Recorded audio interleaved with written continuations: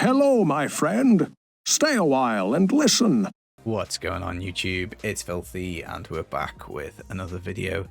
This is a guide on the Infinite Teleport Monk, which is amazing for bounties. We'll absolutely blast those bounties everywhere. Just phenomenal to play. The fastest bounty build that I've personally ever played. Now, this isn't a complete no-brainer out the box. There are a few things that we will have to go through. But yeah, it's not too bad. First off, credit where credit is due. This is a Maxroll build. Maxroll is a wonderful website with tons of D3 resources on. I will link it in the description. I think it was Northwar who came up with this. So again, props to him. Really good build. Now, I know Woodegio has covered this, but I thought we'd do it. I've changed a few things in the build. I've tried to make it a bit more casual friendly. So yeah, I've tried to make this very easy. Now, the bounties are just so fast. You do have to try this. This might be a little bit of a longer video because we've got quite a few things to go over. But yeah, before we do jump in though, welcome to anybody who is new. As always guys, thumbs up helps the channel considerably. Do subscribe if you enjoy this game. We've got plenty more videos on the way. Right, so what are we going to do for this bounty build? Well, we're actually going to take 3 pieces of raiment. So that starting set from the monk, hopefully you kept the pieces because we're going to take 3. We're going to mix it with 5 pieces of inner. So we have to take the inner's Dabo to make the setup. So Dabo, belt have to be inners, shoulders have to be the raiment because there are no inner shoulders. Your helm also has to be inners radiance because you need spirit regen on it. So you can't use the raiment hat because that's a helm, so you can't get spirit regen on. Other than that, the chest plate can be either, the gloves can be either, the pants can be either, and boots can be either. So you just pick your best rolls. Now, the stats that you need are cooldown and resource cost reduction. Priority on resource cost reduction, then cooldown, then pick up your damage. Okay, so you did hear that right. Resource cost reduction first, cooldown second, then move on and pick up crit and stuff like that. Good example here, my helm, I've got spirit regen on, much more important for the regen than it is to get the 6% crit. We've also got spirit regen on the weapon, absolutely essential. Roll resource cost reduction on your weapon as well. So yeah, resource cost reduction here, resource cost reduction in your helm, resource cost reduction on shoulders, on gloves. Obviously I've got a Stone Jordan, so it's really hard to get that on here, and we don't need it. But we're going to take a Zodiac. This defaults with resource cost reduction, it defaults with cooldown, it defaults with crit chance, so you roll the attack speed off for a socket. Now, in a set, I'm not going to read this whole thing. Hopefully you've watched some of my previous inner videos. The upshot is we get all the Mystic Ally runes, we get the base effect of all the mantras. We get all the base effect of all the mantras, not all the Mystic Ally runes. Those mantras are increased, we get damage reduction, and we get damage depending on how many of these dudes we turn into surfers. Okay, now the raiment set, the 2 piece is completely useless. We have no generator. Okay, we don't take one at all. So 2 piece we can ignore. But the 4 piece dashing strike spends 75 spirit but refunds a charge. So we've got 2 charges. So boom, uses a bit of spirit and it's straight back. So in theory, you can now hold down teleport. Now, we've got plenty of things for spirit regen, which we will talk about in the skills. So you can't just hold it down the entire time. You nearly can when you've got Desert Epiphany Insight up, but that's one of the things that you can do wrong. If you do hold it down and you run out of spirit, you can still teleport, but it stops refunding a charge. So it's kind of like stalling a car, and you have to wait for the dashing strike to come back. So it's much better to just, if you get near the end of the spirit, to just back off a little bit and just let it recharge so that you're not kind of stalling it and running out of resource. But obviously if we pop Epiphany, we get a much longer kind of go of it. We've also got Mystic Ally, which will refund spirits as well. So the combination of those two mean that we can pretty much perma teleport. We've got the 2 standard Mystic Ally modifiers. So the crudest boots, the Mystic Allies deal a bunch more damage and they turn into water for a lot longer. We've got a Binding of the Lesser Gods. You want cold damage on this, you want crit chance on this. When we Cyclone Strike, we basically get more damage. So this is here for bosses, here for elites really. Same as the T16 build for inner. When we have Epiphany up, this will also teleport us, so it will actually kind of help us move. Let's say if we don't have the teleport, but you know, fingers crossed, if you once you get a bit of practice with the build, you will always have teleport. We have got a Enforcer for damage. Mine is fairly high at 131. There's not much I can do about that. Same for the Bane of the Trapped, it is pretty high, because obviously we have pushed up a little bit on the season in the first few days. You want to take a Squirt's Necklace. This is double damage when we don't take incoming damage. You want crit and cold damage on here. The way we block the damage, again similar to the inner T16 build, is Serenity Ascension. Now we do have a secondary shield here in the Mantra of Healing. We don't want to press this button. It costs spirit basically to press it, and the shield is kind of crap. It's small. We're much better off just blocking all incoming damage with this, but by all means you can use this if you want. Now again, because you fly past everything so fast, you would just avoid a lot of damage anyway. Obviously sometimes your squirts will drop, but it's not the end of the world, and you can always pop Serenity Ascension and get going again. We've got the Messerschmitt's Reaver for cooldown, so obviously whenever we kill, we just bring these abilities back, which is great. Allows us to perma Uptime Epiphany, allows us to spam Mystic Ally for the spirit regen, which is obviously very nice. The Stone of Jordan incidentally also rolls with max spirit, which is nice. Again, I've got cold on here.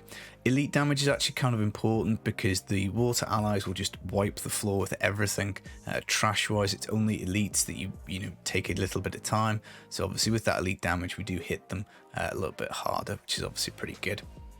Now, in theory, if you, let's say you were pushing with fire and you had a really nice fire binding of the lesser gods, you found yourself a fire squirts necklace, you could by all means take fire on your Stone of Jordan. You just need to match the elements, so it doesn't really matter. So I did say cold earlier, but you know, you're likely to have cold because that's going to be your speed build.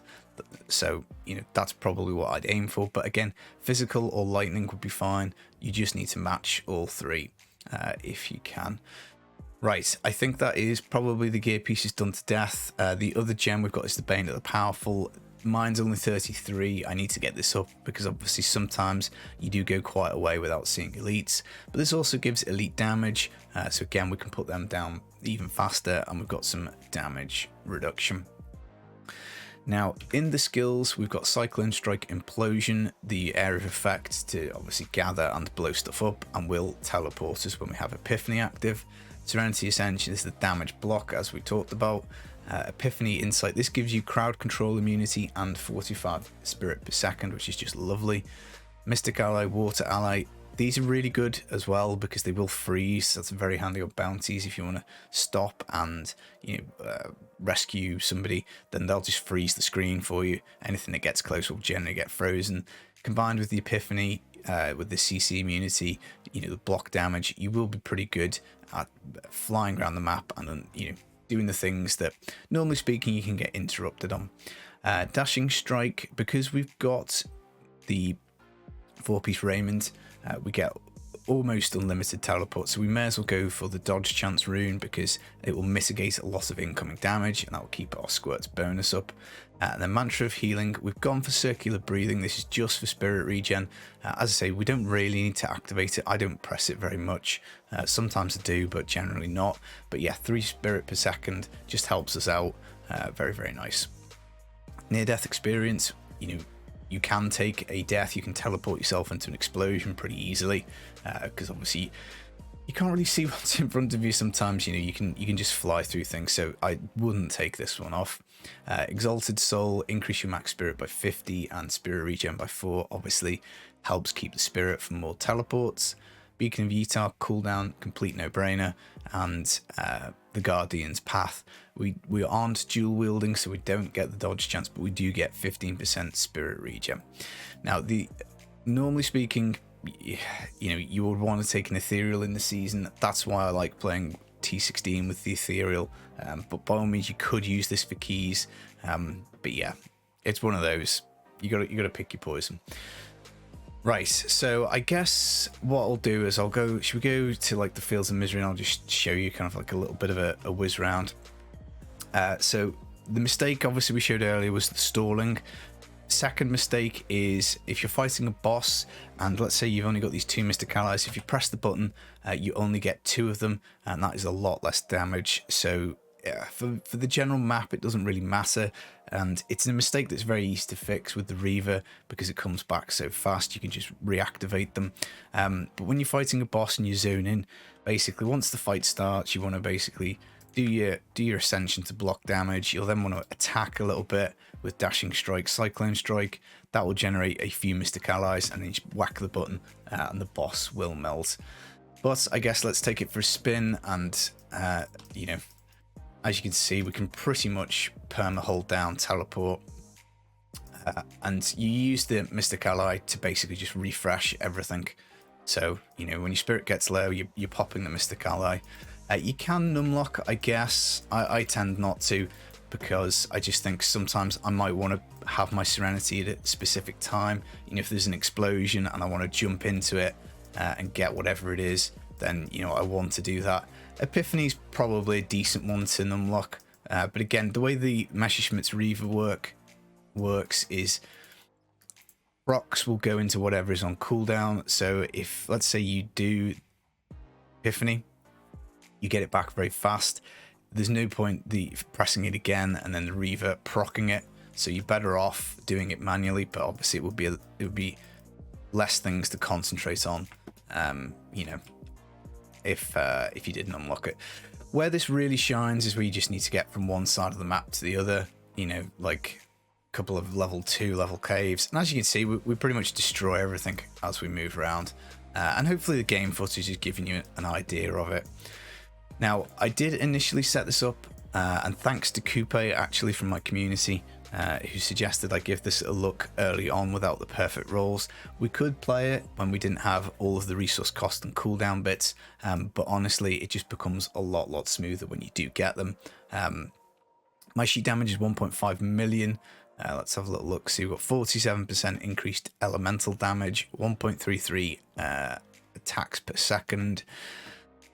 We have got maximum spirit of 390, spirit regen per second is 36, pops up to just under 90 when we have Epiphany up.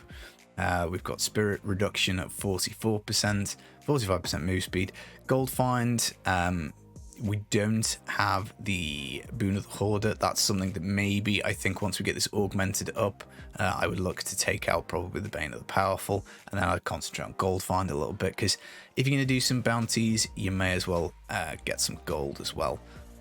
But yeah, that is it. Pickup radius obviously is kind of handy, but just bear in mind that as you teleport around, you don't actually activate pickup. You have to kind of like stop a little bit and move around.